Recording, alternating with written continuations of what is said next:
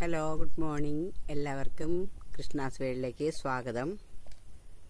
ഞാനിന്ന് ചെറി കേടുവരാതെ ഒരുപാട് കാലം എങ്ങനെ ഉപ്പിലിട്ട് വെക്കാമെന്ന് നോക്കാം. അപ്പോൾ അതിനു വേണ്ടി കുറച്ച് ചെറി വലിച്ചെടുക്കുകയാണ് ഞാൻ. ഇത് പല കളറിലുണ്ട്, കണ്ടില്ലേ? നിറം മാറി ബ്രൗൺ ആയത്, പിങ്ക് കളറ്. നമുക്ക് ഈ പിങ്ക് കളറുള്ളത് കുറച്ച് പിങ്കും വെള്ളയും ഉണ്ട്. ഇതാണ് നമുക്ക് ഉപ്പിലിട്ട് വെക്കാൻ ഏറ്റവും നല്ലത്. ഇത് ഇങ്ങനെയുള്ളതാണ്. നമുക്കിത് കുറച്ച് വലിച്ചെടുക്കാം. ഞാൻ മുന്നേ ഷുഗർ സിറപ്പിലിടുന്ന വീഡിയോ ഒക്കെ ചെയ്തിട്ടുണ്ട്. കുറേ ഉണ്ടായിരുന്നു. ഞാൻ വലിക്കാതെ തന്നെ എല്ലാം വീണുപോയി. ദിവസേന വിചാരിക്കും, പക്ഷെ വലിക്കാൻ മടിക്കും. എത്ര കണ്ട് വീണുപോയി അറിയോ? ഒരുപാടുണ്ടായിരുന്നു. ഇത്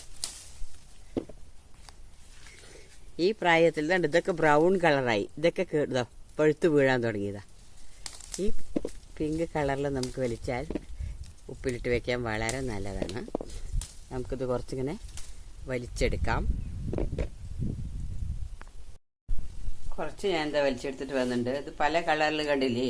ഇതിൽ ഈ ബ്രൗൺ കളറൊക്കെ ഉള്ളത് നമുക്ക് മാറ്റി വയ്ക്കാം. അത് ഒരുപാട് വിളഞ്ഞു പോയി. ഇത് നമുക്ക് ഉപ്പിലിടാൻ നല്ലതല്ല. ഉപ്പിലിടാൻ നല്ലത് ഇത് ഈ വെള്ള പിങ്ക് കളറും ഇത് വെള്ള കളറുണ്ട്. ഇതാണ് ഉപ്പിലിട്ട് വെക്കാൻ ഏറ്റവും നല്ലത്. ഇത് പിന്നെ നേരാക്കി എടുക്കണം. നേരാക്കി എടുക്കുക പറയുമ്പോൾ അതാ ഇതിൽ കണ്ടോ, ഈ ഞെട്ടി മുഴുവൻ നമ്മൾ കളയണം.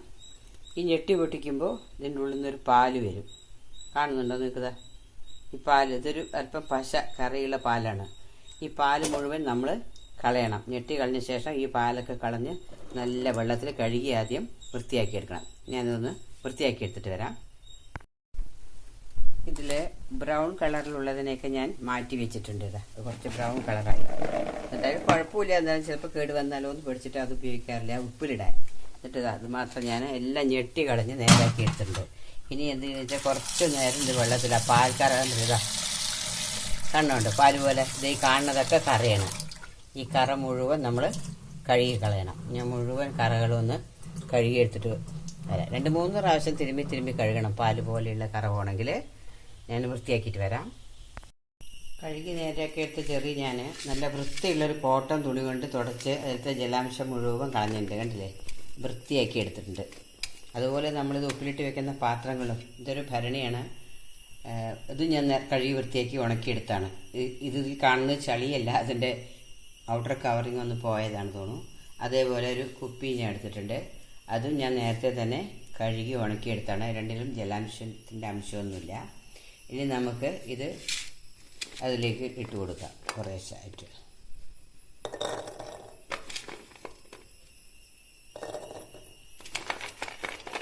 വെള്ളം ഒഴിച്ച് നിൽക്കാൻ പാകത്തിന് അത്രയും മാത്രമേ നിറയ്ക്കാൻ പാടുള്ളൂ. ഫുള്ളും ഇതിലിട്ട് വയ്ക്കാൻ പറ്റുമോ എന്ന് അറിഞ്ഞുകൂടാ, നോക്കട്ടെ.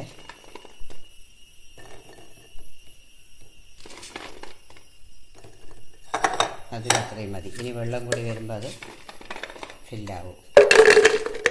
ഇതിന് നമുക്ക് ബാക്കിയുള്ളത് ഇട്ട് കൊടുക്കാം. ഇത് ഭയങ്കര രുചിയാണ്. നമ്മൾ ഈ നെല്ലിക്ക അച്ചാറൊക്കെ കഴിക്കുന്നവർക്ക് ഇത് ഇഷ്ടമാവും. നെല്ലിക്ക നിങ്ങൾ ഉപ്പിലിട്ട് വെക്കുമ്പോൾ എങ്ങനെ ഇരിക്കും? അതിന് എന്ത് ടേസ്റ്റ് ഉണ്ട്? അതേ ടേസ്റ്റ് തന്നെയുണ്ട്. നമുക്ക് വേറെ കറികളൊന്നും ഇല്ലെങ്കിൽ കൂടി തൈരും കാന്താരി മുളകും ഇട്ട് ഈ അച്ചാറും കൂടി കഴിക്കാൻ നല്ല ടേസ്റ്റാണ്. ഇതിനകത്ത് കുരുവൊന്നും ഞാനിപ്പോൾ കളയുന്നില്ല. ഇതിനകത്ത് കുരുക്കളുണ്ട്, വിത്തുകൾ. അത് നമ്മൾ ഷുഗർ സിറപ്പിലൊക്കെ ഇടുകയാണ് പറഞ്ഞാൽ ആ വിത്തുകൾ നമുക്ക് എടുത്ത് മാറ്റണം. ഇപ്പോൾ ഇതങ്ങനെ മാറ്റേണ്ട ആവശ്യമില്ല. അതുകൊണ്ടൊന്നും കേടൊന്നും സംഭവിക്കില്ല. കാരണം ഞാൻ നേരത്തെ ഇതൊക്കെ ചെയ്തിട്ടുള്ളതാണ്. രണ്ടിലും കറക്റ്റായി കൊണ്ടു. ഇനി നമുക്ക് ചെയ്യേണ്ടത് എന്താണെന്ന് നോക്കാം. ഞാൻ ഇതിനുള്ള ഉപ്പ് ലൈൻ ഒന്ന് റെഡിയാക്കട്ടെ. ഇത് ഞാൻ 2 ഗ്ലാസ് വെള്ളം, അതായത് 200 മില്ലി കൊള്ളുന്ന 2 ഗ്ലാസ് വെള്ളം എടുത്തിട്ടുണ്ട്. അതിൽ 1 ഗ്ലാസ് വിനാഗിരിയും ചേർത്തിട്ടുണ്ട്. രണ്ടും കൂടി ചേർത്ത് പിന്നെ 2 ടേബിൾ സ്പൂൺ ഉപ്പും ചേർത്തിട്ടുണ്ട്. അത് നല്ലപോലെ അലിയിക്കുക. ആ ഉപ്പിനെ മുഴുവനായിട്ട് അത് അലിഞ്ഞ് വരണം. അതിനുശേഷം ഞാൻ ഈ അളവ് പറയുന്നത് നിങ്ങൾ എത്ര ചെറിയ എടുക്കുന്നുണ്ടോ അതിനനുസരിച്ചിട്ടാണ്. ഞാനിപ്പോൾ ഇവിടെ ഞാൻ എടുത്തതിൻ്റെ അനുസരിച്ചിട്ട് ചെയ്യുകയാണ്. ഉപ്പ് ഇത്തിരി നന്നായിട്ട് തന്നെ നിൽക്കണം, അപ്പോഴേ അത് കേടുവരാതിരിക്കുള്ളൂ. ഇല്ല, ഉപ്പ് മുഴുവൻ അരിഞ്ഞ് ചേർത്തു. നമ്മൾ കൈ കൊണ്ടൊന്നും തൊടരുത്. പിന്നെ ഉണങ്ങിയ സ്പൂണ്, ഉണങ്ങിയ പാത്രം, തിളപ്പിച്ചാർച്ച വെള്ളം, അതുകൂടി ഓർക്കണം. പച്ചവെള്ളം ഞാൻ തിളപ്പിച്ചാർച്ച വെള്ളമാണ്. നമ്മുടെ കൈയിൻ്റെ സ്പർശനമൊന്നുമില്ല, ഏൽക്കണ്ടായി.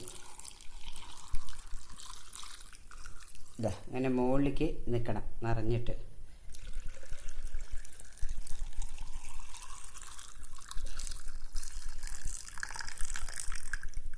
ഞാൻ എടുത്ത വെള്ളം ഏതാണ്ട് കറക്റ്റായിട്ടുണ്ട്. അത് കുറച്ചുകൂടി മുകളിലേക്ക് നിൽക്കണം എന്നുണ്ട്, ഇല്ലെങ്കിൽ അത് കേട് വരും. അപ്പോൾ ഞാനിത് കുറച്ചുകൂടി നന്നായിരിക്കും. തിളപ്പിച്ചാർച്ച വെള്ളം തന്നെ ഒരു പൊടി നമ്മൾ നോക്കിയിട്ട് നമ്മുടെ അളവനുസരിച്ച് നമുക്ക് ചെയ്യാം. ചെയ്തിട്ട് കുറച്ചുകൂടി ഇങ്ങനെ മുങ്ങി നിൽക്കണം.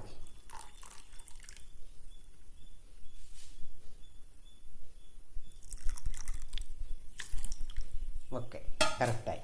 ഇനി ഇതിനെ ഭദ്രമായിട്ട് അടച്ചു കെട്ടി എടുത്ത് വയ്ക്കുക. ഒരാഴ്ചക്കുള്ളിൽ നമുക്കിത് ഉപയോഗിച്ച് തുടങ്ങാം. പിന്നെ നമ്മൾ എടുക്കുന്ന സമയത്തും സൂക്ഷിക്കണം, എപ്പോഴും വൃത്തിയുള്ള ഉണങ്ങിയ സ്പൂൺ കൊണ്ട് വേണം ഇതൊക്കെ എടുത്ത് ഉപയോഗിക്കാൻ. അല്ലെങ്കിൽ അത് പെട്ടെന്ന് പൂപ്പിലടിച്ച് കിടന്നു പോവും, അല്ലെങ്കിൽ ഇത് മാസങ്ങളോളം വർഷങ്ങളോളം ഒക്കെ ഉപയോഗിക്കുന്നതാണ്. Okay, thank you for watching.